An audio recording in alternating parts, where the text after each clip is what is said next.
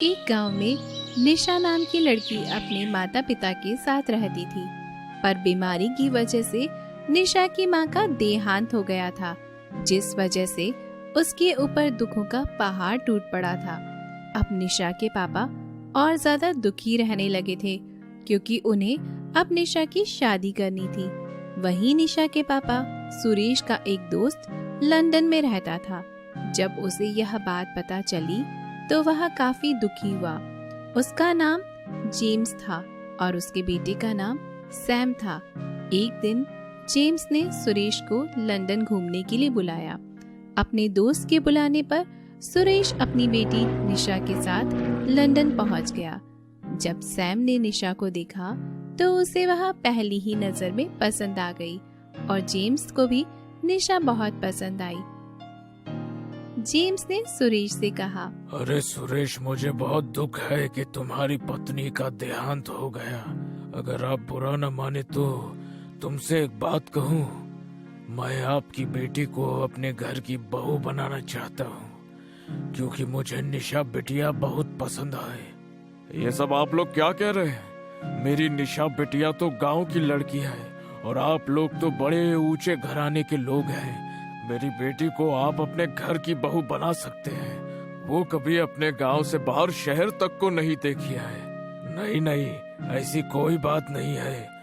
मैं अपनी दोस्ती को रिश्तेदारी में बदलना चाहता हूँ। मुझे भारत की संस्कृति बड़ी ही मनमोहक और सौंदर्य लगती है।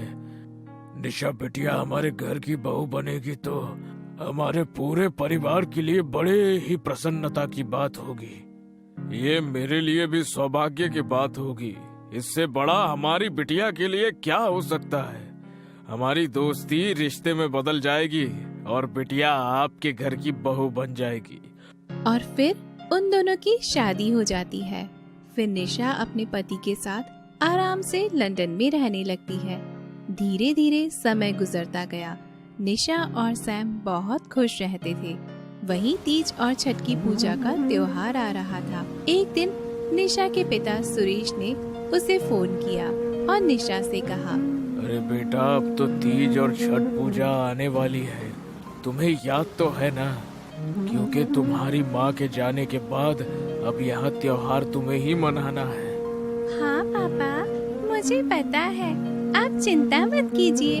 मैं भी तीज और छठ की पूजा करना चाहती हूँ, पर मुझे समझ नहीं आ रहा है यहाँ पर यह सब कैसे होगा, क्योंकि इन लोगों को हमारे रीति रिवाज के बारे में कुछ भी पता नहीं है। हाँ, तुम ठीक कह रही हो। वो विदेश है, पता नहीं हमारे रीति रिवाज को मानेंगे या नहीं। आप चिंता मत करिए पापा, मैं सैम से बात करके देखूंगी। और यह कहकर निशा फोन रख देती है। शाम के समय जब सैम घर पर आता है तो निशा सैम से कहती है, सुनिए जी, छठ पूजा आने वाली है तो मैं भी छठ की पूजा करना चाहती हूँ। उसे बहुत धूमधाम से मनाना चाहती हूँ। ये तुम क्या कह रही हो? ये तुम्हारा गांव नहीं है। हम इन सब बातों को नहीं मानते हैं और तुम इन अंधविश्वास की बातों को मत मानो। आप यह क्या कह रहे हैं? हमारे यहाँ छठ की पूजा का बहुत महत्व है। यह बहुत ही धूमधाम से मनाई जाती है, क्योंकि इन व्रतों में बहुत शक्ति होती है, जिससे हमारी सभी मनोकामनाएं पूर्ण हो जाती है। पर हम इन अंधविश्वास देवी देवताओं पर यकीन नहीं करते हैं। ना ही हम तुम्हें यहाँ पर इसे मनाने देंगे। यदि तुम छठ पूजा करना चाहती हो तो अपने घर जाकर करो। ये विदेश है, तुम्हारा इंडिया नहीं। पर आप मेरी बात तो सुनिए। इस त्योहारों को बड़ा ही शुभ और शक्तिशाली माना गया है। छठ वाले दिन शाम के समय हम लोग डूबते हुए सूरज को अर्घ देते हैं और फिर अगले दिन सुबह उगते हुए सूरज को अर्घ देते हैं। हमारा भारत पूरे विश्व में एकमात्र ऐसा देश है जहां डूबते हुए सूरज और उगते हुए सूरज की पूजा की जाती है। इनकी पूजा में बहुत ही शक्ति होती है और इनकी पूजा करने से हमारी सारी मनोकामनाएं पूर्ण होती है। मुझे तुम्हारी कोई बात नहीं सुननी है। यह कहकर सैम वहाँ से चला जाता है। सैम के जाने के बाद निशा काफी ज्यादा दुखी हो जाती है। वहीं सैम अपनी कार से निकल जाता है। अभी वह अपनी कार से थोड़ी ही दूर निकल पाया था तभी अचानक उसका बहुत बड़ा एक्सीडेंट हो जाता है और वह बुरी तरह से घायल हो जाता है। जब यह बात निशा को पता चलती है तो वह घबराई हुई हॉस्पिटल पहुंचती है, जहां डॉक्टर उसे बताते हैं कि सैम की हालत काफी गंभीर है। हम लोग अपनी तरफ से पूरी कोशिश कर रहे हैं, पर कुछ भी कहा नहीं जा सकता। अब तो कोई चमत्कार ही हो सकता है। यह सुनकर निशा बहुत ज्यादा घबरा जाती है और उसे कुछ समझ नहीं आता। वहीं दूसरी तरफ अगले दिन छठ थी और वह अपने आप से कहती है, लगता है यह सब छठ मैया के प्रकोप से हुआ है। मैं छठ की पूजा को पूरी श्रद्धा पूर्वक करूंगी और मैं अपने पति की जान की रक्षा करूंगी, क्योंकि मुझे पता है कि छठ की पूजा में बहुत शक्ति होती है।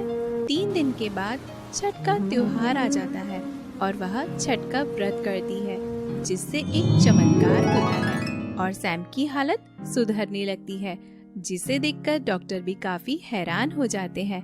जब निशा अगले दिन हॉस्पिटल में जाती है तो डॉक्टर निशा से कहते हैं, सैम की हालत पहले से काफी अच्छी हो गई है। मुझे तो यकीन नहीं हो रहा है कि सैम को होश आ गया है, जबकि ऐसा हो ही नहीं सकता था। पता है मुझे कि कुछ ऐसा नहीं हो सकता, पर जो कुछ भी हुआ वह छठ मैया की कृपा से हुआ है। आपको पता ही होगा, हम इंडिया वाले बहुत ही धूमधाम से छठ मैया का त्योहार मनाते हैं और इनकी कृपा से ही आज सैम ठीक हो पाए हैं, क्योंकि मैंने छठ मैया का व्रत किया था। क्या तुम सच कह रही हो? ये सब छठ पूजा की वजह से हुआ है? और यह कहकर डॉक्टर वहाँ से चला जाता है। वहीं सैम यह सब सुन लेता है, क्योंकि अब उसे होश आ चुका था और सैम ने निशा को अपने पास बुलाया था और निशा सैम के पास पहुँच जाती है तो सैम निशा से कहता है, तुमने ये सब कैसे किया? मैंने तो तुम्हें छठ पूजा करने के लिए मना कर दिया था। आपने छठ मैया का अपमान किया था, इसलिए यह सब हुआ। जब मैंने उनसे माफी मांगी और कहा कि अगली बार हम लोग अच्छी तरीके से पूजा करेंगे, तो उन्होंने मेरी सुन ली और आपको ठीक कर दिया। क्या तुम सच कह रही हो? ये सब छठ पूजा की वजह से हुआ है? हाँ हाँ, मैं बिल्कुल सच कह रही हूँ। यह सब छठ मैया की कृपा से ही हुआ है। यह सब जानकर सैम को अपने ऊपर काफी शर्मिंदगी महसूस होती है और वह निशा से माफी मांगता है और फिर सैम धीरे धीरे ठीक होने लगता है और वो ठीक होकर अपने घर आता है और अगले साल छठ का त्योहार आता है। तो इस बार सैम पहले से ही सारी तैयारियां कर लेता है और वह निशा को सरप्राइज देने के लिए उससे इस बार भी छठ की पूजा करने के लिए मना कर देता है, जिससे निशा काफी दुखी हो जाती है। तभी उसके घर की बेल बजती है और जब वह गेट खोलने जाती है तो उसके सामने पिता होते हैं, जिसे देखकर वह बहुत ज्यादा खुश हो जाती है और अपने पिता से कहती है, पिताजी आप यहाँ अचानक, मुझे यकीन ही नहीं हो रहा है कि आप मेरे सामने खड़े हैं। अरे मुझे तो सैम ने यहाँ पर बुलाया था, क्योंकि कल छठ पूजा आने वाली है, इस वजह से। क्या आप सच कह रहे हैं? मुझे तो यकीन ही नहीं हो रहा है पापा। तभी वहाँ सैम आ जाता है और निशा से कहता है, मैंने ये सब तुम्हें सरप्राइज देने के लिए किया, क्योंकि तुम्हारी वजह से आज मैं सही सलामत खड़ा हूँ। यह सुनकर निशा बहुत ज्यादा खुश हो जाती है और फिर वह लोग अगले दिन खूब धूमधाम से छठ की पूजा मनाते हैं। आज भी कोई ज्यादा ग्राहकी हुई नहीं, लेकिन क्या करूं, पार्वती के लिए दवाई भी तो ले जानी है। मेडिकल वाले भैया से कहकर कुछ उधार कुछ नगद ले लूंगा, फिर बाद में चुकता कर दूंगा। इतना कहकर शंभू धीरे धीरे लाठी टेकते हुए दवा लेकर अपने घर की ओर रवाना होता है। पार्वती, ओ पार्वती, कहाँ हो? आ गए जी आप। आज बड़ी देर कर दी। देखो कब से खाना तैयार है। पहले एक लोटा पानी ले आओ, फिर खाना खाता हूँ। पार्वती अपने पति शंभू के लिए पानी के साथ एक कटोरी में गुड़ भी ले आती है। लो जी, ये पानी और गुड़। अरे ये गुड़ बुड़ ना लाया करो, ये हमसे नहीं खाया जाता। अरे कितनी बार कहा है कि ऐसा खाली पेट पानी नहीं पीते। इसलिए घर में ये गुड़ पड़ा था तो यही ले आई। लेकिन आप इतने परेशान क्यों दिख रहे हो? कुछ नहीं पार्वती, आज भी कोई खास दुकानदारी हुई नहीं। क्या करूं, कुछ समझ नहीं आता। मैं तुम्हारे लिए चाहकर भी कुछ नहीं कर पाता। हाँ, आप दुखी मत होइए। जब ईश्वर ने ही हमारे बारे में नहीं सोचा तो हम किसी और को क्या दोष देंगे? अरे, हमने किसी के साथ कभी कोई अन्याय किया है क्या भला? जब गोपाल और शंभू दोनों भाई साथ में रहते थे। अब निकल जाओ तुम दोनों इस घर से, बहुत हुआ। अब कब तक मैं तुम दोनों को यूं ही पड़े पड़े खिलाता रहूंगा? लेकिन भैया, अभी पार्वती पेट से है, ये तो आप भी अच्छी तरह से जानते हैं।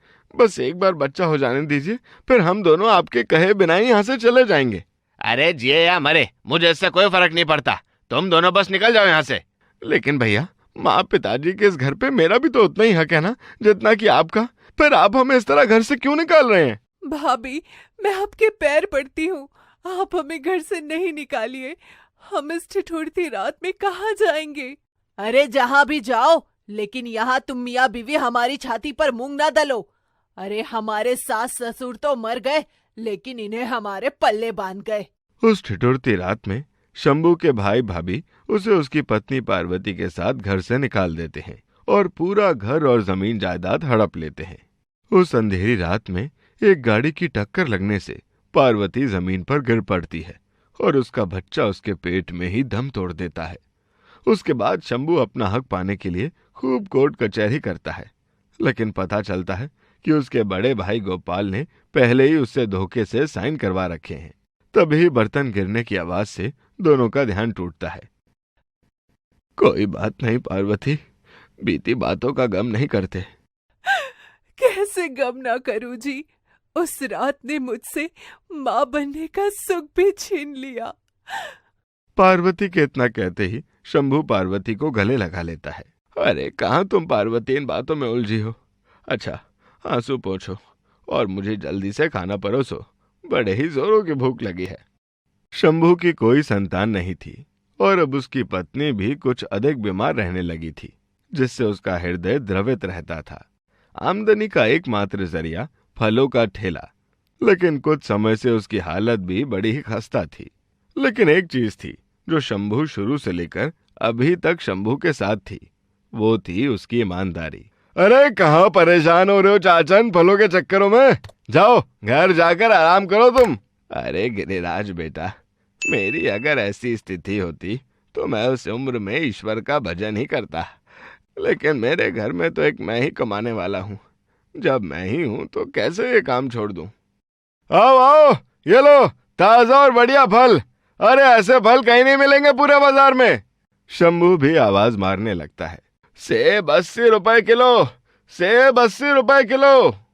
अरे गिरिराज भैया, आप 100 दे रहे हो और वो दादा 80 दे रहे हैं। अरे उनके फलों की शक्ल देख रहे हो? बिल्कुल उनके शक्ल जैसे ही है। सुखड़े हुए मुरझाए हुए से, ना कोई रंगत है ना कोई स्वाद।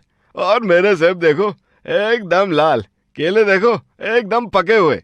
यह सुनकर शंभू बहुत दुखी हो जाता है, क्योंकि वो अच्छे से जानता था कि कैसे गिरिराज अपने फलों को खतरनाक रसायन लगाकर जल्दी जल्दी पकाता था, जिससे फलों की गुणवत्ता खत्म होने के साथ साथ वे शरीर के लिए बड़े ही हानिकारक भी हो जाते थे। लेकिन फिर भी वो बिना कुछ कहे बस हर रोज यूं ही चुपचाप देखता रहता था। ईश्वर, ये तेरा कैसा न्याय है? मेरी ईमानदारी का फल मुझे कब देखने को मिलेगा? मेरा तो पूरा जीवन ही ऐसे बीत गया। तभी हर रोज की भांति एक चमचमाती गाड़ी गोपाल के ठेले के आगे आकर रुकती है और सेठ दीनदयाल उसमें से निकलते हैं। अरे गिरिराज, कैसे हो? बस सेठ जी, आपकी कृपा दृष्टि है। अच्छा, मुझे 5 किलो सेब, 5 किलो संतरे और 3 दर्जन केले भी दे दो। गिरिराज फल तोलने लगता है और सेठ जी को दे देता है। सेठ जी जैसे ही फल लेकर चलते हैं, उन्हें कुछ याद आता है। अरे हाँ गिरिराज, मैं तो भूल ही गया, वो तुम्हारी आंटी ने आज मुझसे नाशपाती भी मंगवाए थे, वो भी दे दो जरा 2 किलो। सेठ जी, नाशपाती तो नहीं है, आज सुबह ही खत्म हो गए। आप एक काम करो, बगल वाले ठेले पर हैं, उनसे ले लो। अरे शंभू चाचा! इतना कहकर गिरिराज शंभू को आवाज देता है। वो जरा 2 किलो नाशपाती तो तोल दो जरा। हाँ हाँ, क्यों नहीं बेटा। शंभू बड़े ही खुशी से नाशपाती तोलने लगता है, लेकिन दीनदयाल शंभू को बड़ी ही देई दृष्टि से देखता है। नहीं नहीं, तुम रहने दो, तुम्हारे फल तो तुम्हारी तरह एकदम घटिया क्वालिटी के लग रहे हैं, नहीं लेना मुझे नाशपाती। गिरिराज, तुम कल ले आना और पहले ही मेरे लिए निकाल के रख देना। इतना सुनते ही गिरिराज जोर जोर से हंसने लगता है और शंभू का चेहरा उतर जाता है। सेठ जी, फल बेकार नहीं है, बस मेरे फल रोज की रोज नहीं बिकते, इसलिए। अभी शंभू अपनी बात भी पूरी नहीं कर पाया था कि सेठ दीनदयाल अपनी गाड़ी में बैठकर निकल गए। थोड़ी ही देर में गिरिराज जी भी अपना ठेला लेकर निकल जाते हैं। तभी शंभू देखता है कि वहां किसी का पर्स पड़ा हुआ है। अरे, ये तो किसी का पर्स है और भरा हुआ भी लग रहा है, जरा देखूं तो सही किसका है। शंभू जैसे ही हाथ में उठाकर देखते हैं तो उसमें सेठ दीनदयाल की फोटो लगी हुई थी। अरे, ये तो सेठ जी का पर्स है, इसमें इतने पैसे हैं कि अपना कर्जा एक बार में चुका सकता हूँ। लेकिन अरे नहीं नहीं, ये मैं क्या सोचने लगा, चलो कल वो आएंगे तो मैं उन्हें दे दूंगा। इतना कहकर शंभू शाम को अपने घर निकल जाता है और अपनी पत्नी पार्वती को पूरी बात बताता है। अरे फेंक दो आप भी उस सेठ का पर्स कहीं, जब उसको बोलने तक का लिहाज नहीं है तो ऐसे इंसान के साथ क्या भला करना। अरे मेरी भोली भाग्यवान, मुझे पता है ये तुम नहीं, तुम्हारा गुस्सा बोल रहा है। उसने जो मेरे साथ बर्ताव किया, ये उसके परिणाम स्वरूप तुम बोल रही हो। मैंने आज तक किसी के साथ गद्दारी नहीं की, तो ईश्वर मेरा कभी ना कभी तो न्याय करेगा ही। अरे काहे का न्याय, देखो आज हम सूखी रोटी नमक के साथ खाकर सो रहे हैं। अगर कोई आपकी जगह होता तो पूरा घर राशन और अनाज से भर देता। अरे आज तो पनीर बनता, पनीर। शंभू अगले दिन सेठ जी के आने की प्रतीक्षा करता है, लेकिन सेठ जी नहीं आते हैं। सेठ जी तो आज आए नहीं, इसमें इतने सारे पैसे और उनके बहुत जरूरी कागजात हैं, तो ऐसे में इस गिरिराज जी को ये नहीं सौंप सकता। मुझे इसके ऊपर कतई विश्वास नहीं है, कुछ तो करना ही होगा। इधर सेठ दीनदयाल अपने पर्स के खो जाने के कारण बड़े ही परेशान थे। कभी अपने नौकरों को दौड़ा रहे, कभी खुद भी देखने जा रहे, लेकिन उन्हें वो पर्स कहीं भी नहीं मिला। उसमें कुछ पैसे भी थे क्या? अरे सावित्री, मुझे उसमें रखे पैसों से ज्यादा उन पेपर्स की चिंता है कि कहीं वो किसी गलत हाथ में ना पड़ जाएं। उसमें मेरे जमीन के बेहद जरूरी कागजात हैं। आखिर मुझसे वो पर्स कहाँ गिरा होगा, मुझे बिल्कुल भी याद नहीं आ रहा है। तभी उनके दरवाजे की घंटी बजती है। अरे लगता है दरवाजे पर कोई है। अब इस समय कौन आ गया? मैं वैसे ही परेशान हूँ, कोई अगर मेरे बारे में पूछे तो मना कर देना।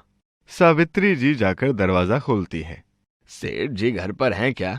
सेठ जी तो नहीं है, कहो क्या काम है तुम्हें सेठ जी से? आप मालकिन हैं क्या? हाँ मैं उनकी पत्नी ही हूँ, लेकिन तुम ये सब क्यों पूछ रहे हो?